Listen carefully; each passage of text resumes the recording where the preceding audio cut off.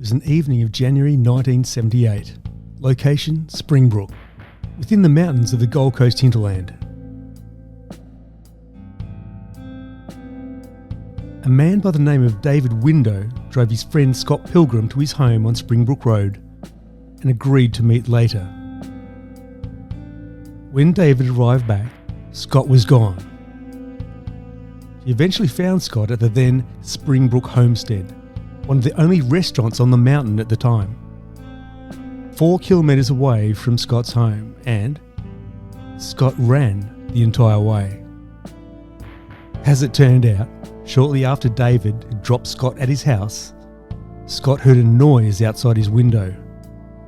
Upon looking out, he was confronted by a face looking directly back at him.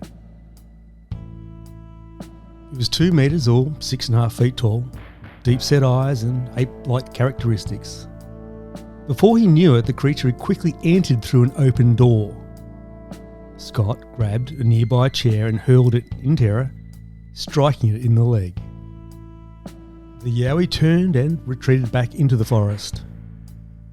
When both Scott and David returned to the house, they discovered 12-inch, 5-toed footprints around the house. But here's the irony. Only 2 months later, David Window's father, Percy, who was a National Parks ranger at the time, had another close quarters encounter not far away.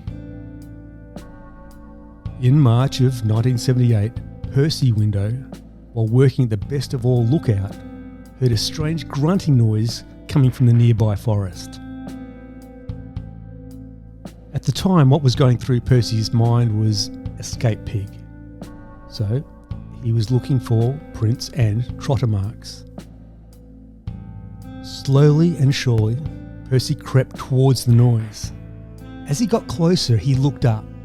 Directly in front of him, only 12 feet away, was something that resembled half man and gorilla, with one arm around the tree, looking at him. He said it was 8 feet tall, or 2.5 metres, covered in black hair. It was muscular, not much of a neck, flat black face, and piercing yellow eyes. After a traumatising 10-minute standoff, interestingly, Percy states, it gave off a foul smell that made him vomit, before turning and walking further into the bush.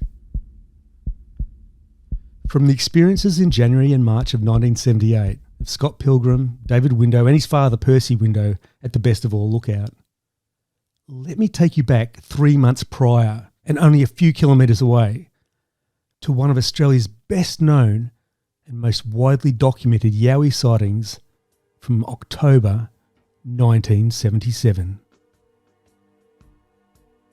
This is Kunjawari, meaning meeting place on high ground in the language of the Yangamba people. Surrounded by cliff escarpments and pristine waterfalls, it's used today by sporting groups, team builders, various workshops, weddings and school camps. It was such on October 22, 1977, when TSS, the Southport School, held a junior high school camp at Kunjawari with over 30 students and teachers. Among the students at the time was former Queensland National Party Senator Bill O'Chee, who held office from 1990 to 1999. A graduate of Oxford University, he became to be Australia's youngest senator, who gave up a lucrative merchant banking career to be so.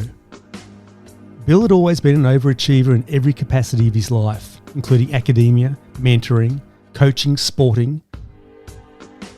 He's without a doubt a man of integral ethics. That upset a few people over his time because he sticks with what he believes is right. In my experience, he's a very friendly, decent and intelligent man. At the camp, the Yowies first seen at 12:30 p.m. on Saturday the 22nd of October. Further sightings ensued, then last witnessed again before they left on the 23rd.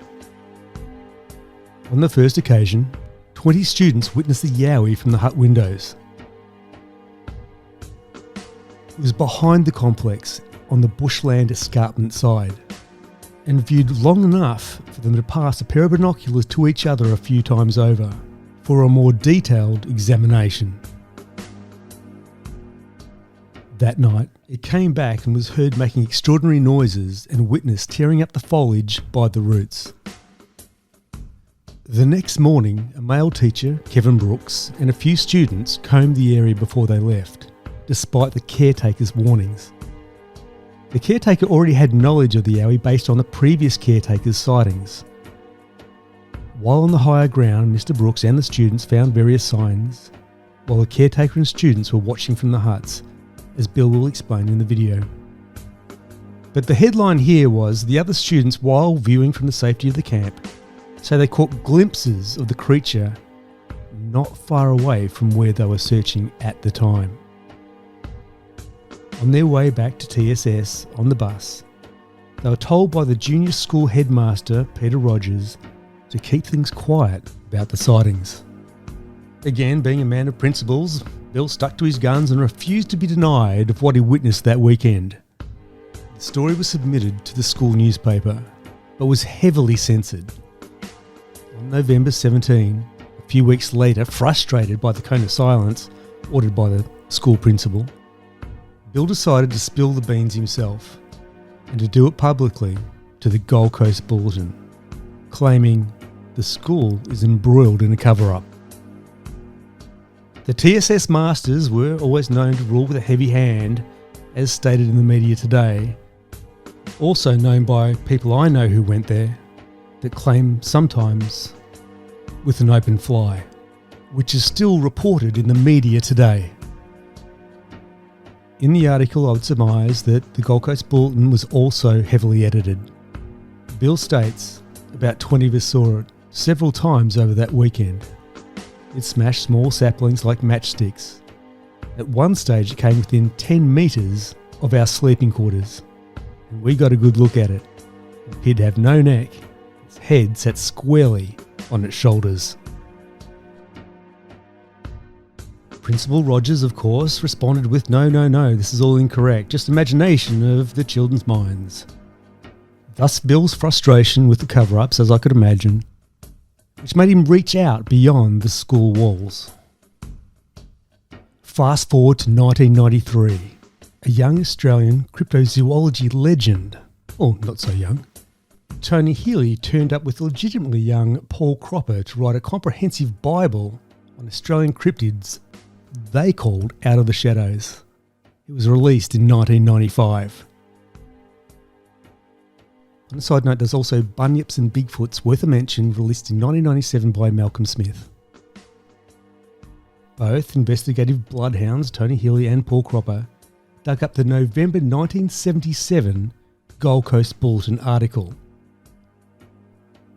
Now Senator Bill O'Chee, an acting Member of Parliament, they knew would be a hard man to reach, and the likelihood of him speaking to them of the 1977 incident would be drawing a long bow. But Tony gave it a go. Here's some brief extracts from Tony's diary. We didn't know what his reaction would be. Many politicians, we suspect, would lie themselves blue in the face rather than be connected to such a story. I wondered if Bill O'Chee would have the guts to stand up for what he said 16 years earlier. He didn't let us down. So basically, being a man of principle as he is, not only did he stand by his word, but he extrapolated, even providing the contact details of student Craig Jackson, who was there at the time. Among the vivid recollections from Bill, he recalls, it was nothing like we'd ever seen. It was huge. Its whole body, including its flat face, was covered in black or very dark brown hair. It appeared to have no neck, and the head sat squarely on its shoulders. When in contact with Craig Jackson, he noted it was really like a gorilla, but more like Chewbacca from Star Wars. Jeez, I don't remember hearing that one before. He adds, Its body was much broader and heavier around the shoulders. Slumped over with its arms below the knees, a few steps here and a few steps there swaying. This was no joke. Tony Healy and Paul Cropper note, only 1 week before this interview, Bill and Craig had their class reunion, where they say, just like on previous gatherings in years before, the Yowie event of 1977 was always brought up in conversation. I can bring up the dialogue of this event when it was discovered by members of Parliament, where Bill was formally mocked by the opposition and lowball statements were delivered. But it's worthless and pointless. I'd rather focus on a man of integrity, accomplishment, ethics, and a man who stands up to his word. Here's the Animal X interview from the mid-1990s. Enjoy the film.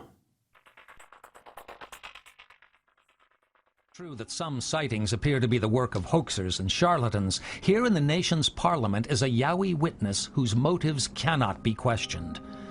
Bill O'Chee is a senator in the Australian Parliament. At the age of 13, he was at a school camp in Queensland. From his window of his cabin, Bill was one of the first to see a huge creature. Basically, we saw a Yowie. We didn't know what they were at the time.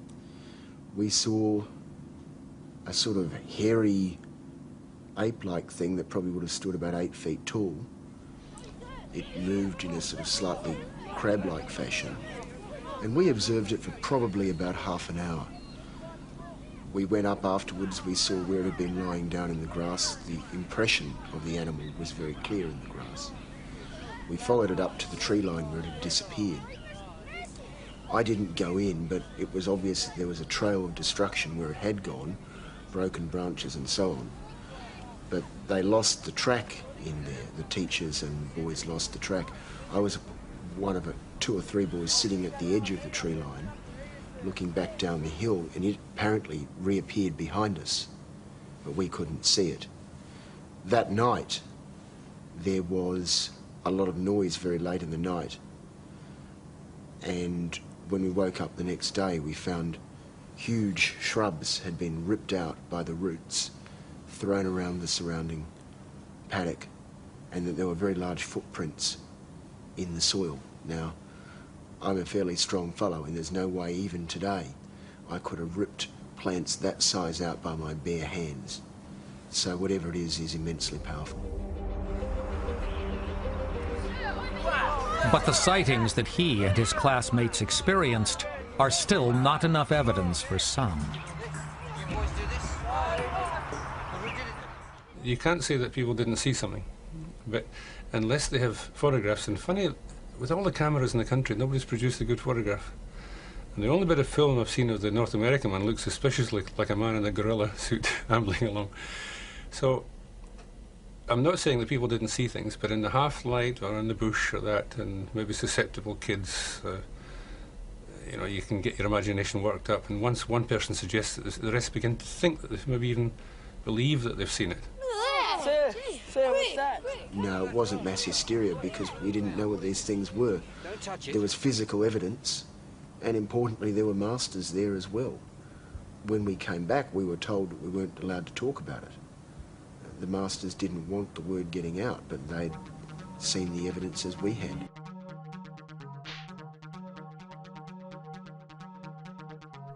(1976 to 1978) was the catalyst for Springbrook being renowned for Yowie sightings in terms of media attention. Although you may have heard the Lamington National Park audio report, where Bernard O'Reilly penned the first known hinterland documentation in 1942.